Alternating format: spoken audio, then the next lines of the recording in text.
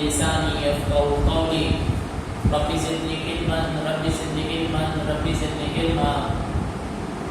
Math class 10 unit number 4 partial factorization exercise 4.1 discuss कर रहे हैं और एक्सरसाइज 4.1 में आज हम इसका आखिरी क्वेश्चन जो कि इम्प्रॉपर फ्रैक्शन का है उसको डिस्कस करने जा रहे हैं। तो क्वेश्चन की स्टेटमेंट आपके सामने लिखी गई है। इम्प्रॉपर फ्रैक्शन कैसे है, हमें कैसे पता चला?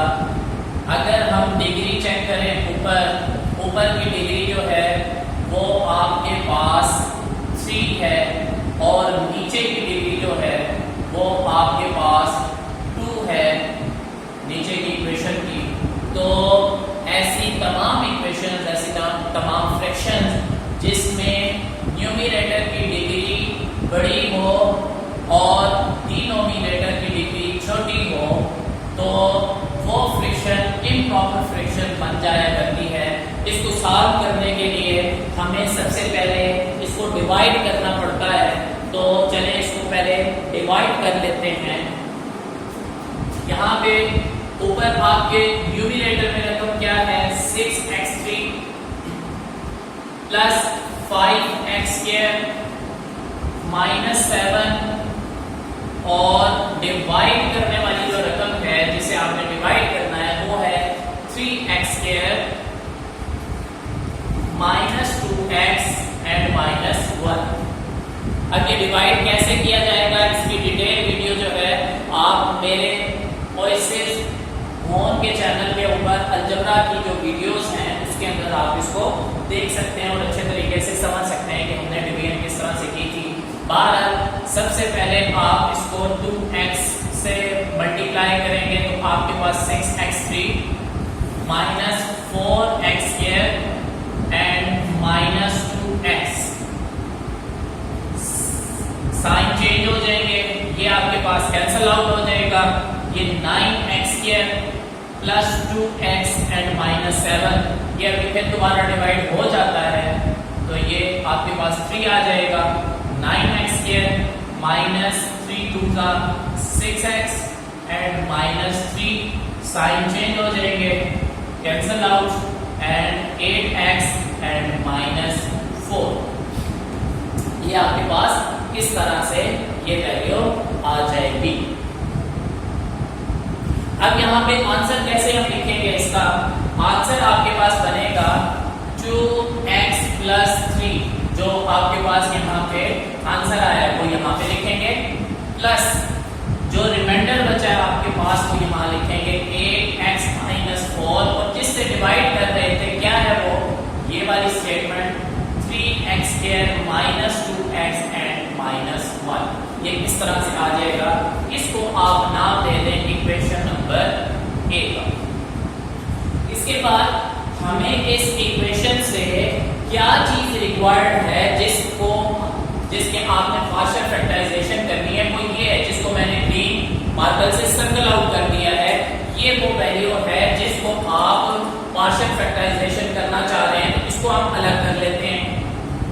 8x minus 4 divide by 3x² minus 2x and minus 1। अब नीचे वाली वैल्यू देखें, इसके तो फैक्टर बने हुए ही नहीं है तो सबसे पहले इसके फैक्टर बनाएंगे। तो 8x माइनस 4 इसके फैक्टर क्या बन जाएंगे आपके पास 3x² minus 3x plus x minus 1। ये आपके पास इसके फैक्टर बन जाएंगे। कैसे? 3 को लास्ट वाली वैल्यू से मल्टीप्लाई करें, 3 1 3।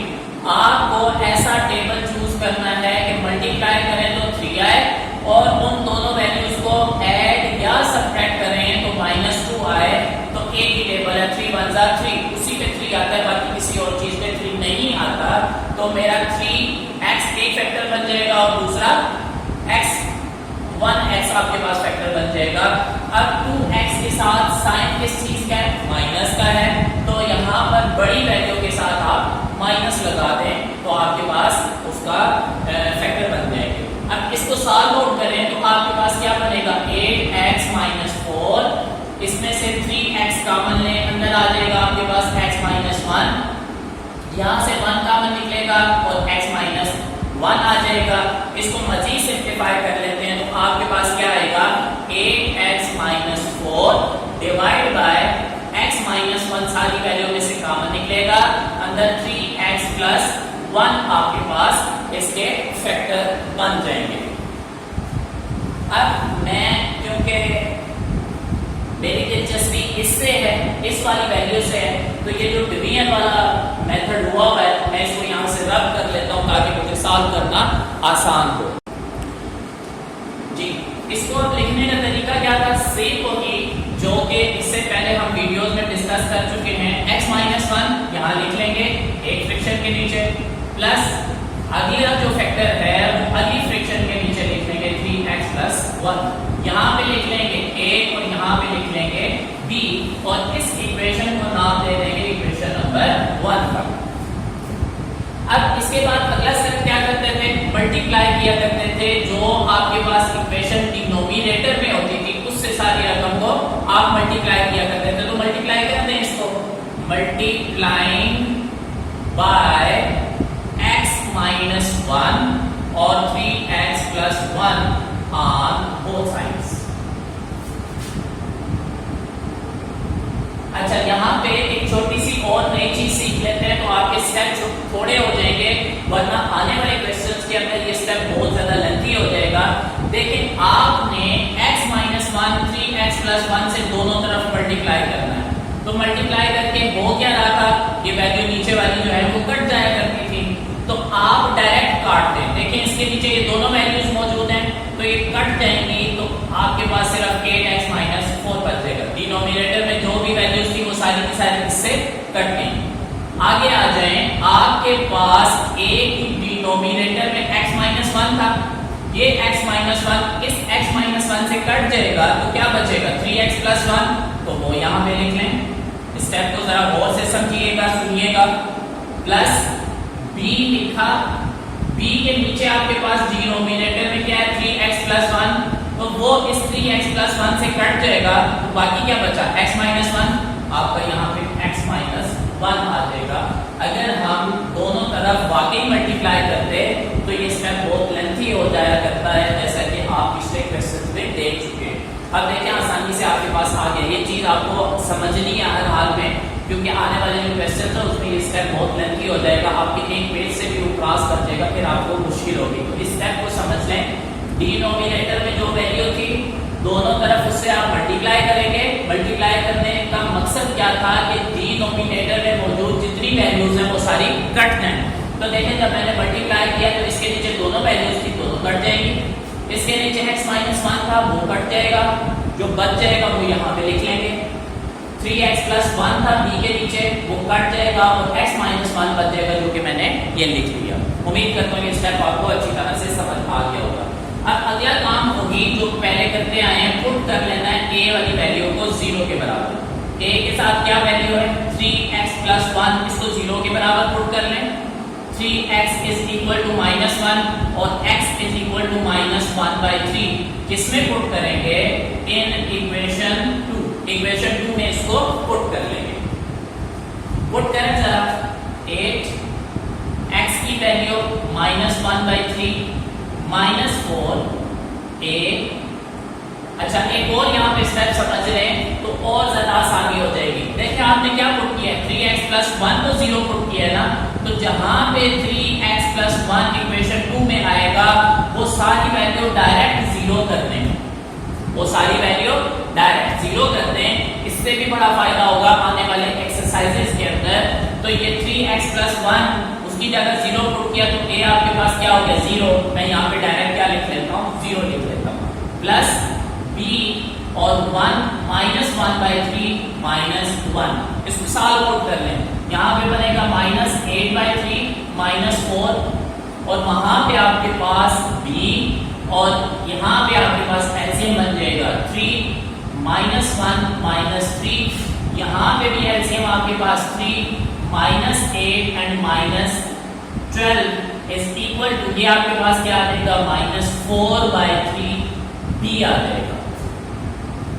इसके बाद आपके पास minus 12 minus 8 minus 20/3 is equal to यहाँ पे -4/3 b आपके पास आ रहा है। अब ये चीज मल्टीप्लाई हो रही है तो दूसरी तरफ डिवाइड हो रही है, तो आप डायरेक्ट लिख लें 3 ऊपर आ जाएगा और 4 नीचे चला जाएगा, इज इक्वल टू b। 3 से कट गया, माइनस माइनस से कट जाएगा और 4 5 20 होता है। ये आपके पास b का आंसर निकल आएगा।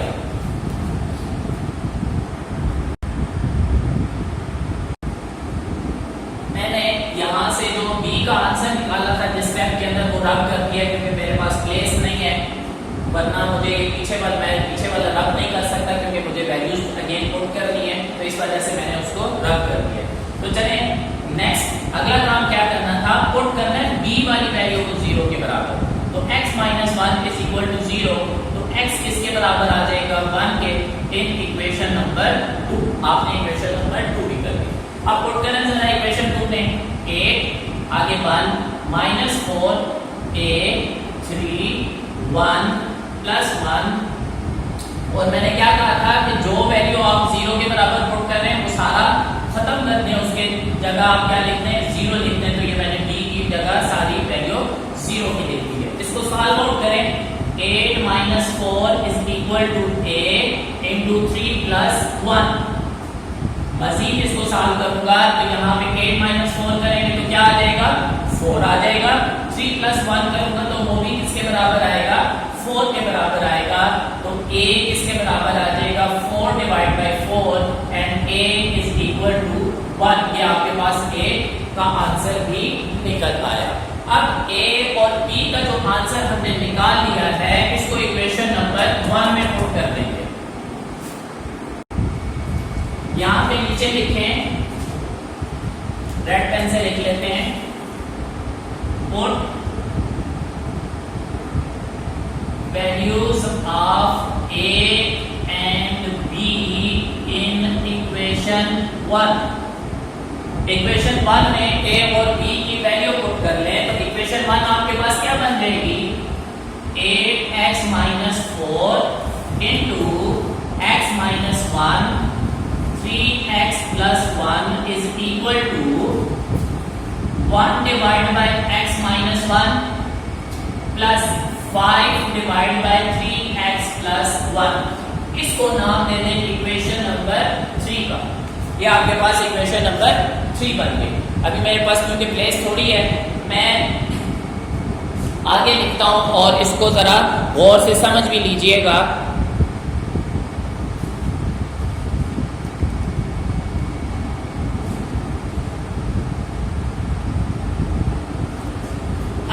जो इक्वेशन नंबर 3 आपकी आई है, इस इक्वेशन नंबर 3 को आपने a में पुट करना है। जो पीछे a आपने इक्वेशन लिखी थी उसके अंदर आपने जाके इसको पुट कर लेना। अब इक्वेशन नंबर a थी क्या आपके पास, उसको देखेंगे। इक्वेशन नंबर a मेरे पास थी 2x + 3 plus 8x - 4 divided by x - 1 into 3x + 1। ये आपकी इक्वेशन नंबर 8 थी, ठीक है। अब जो नीचे आपने इक्वेशन नंबर 3 बनाई है, इस इक्वेशन को इक्वेशन नंबर a में पुट किस जगह पे करना है। देखें आपने इस वाली वैल्यू का आंसर निकाला है, मैंने सर्कल कर दिया।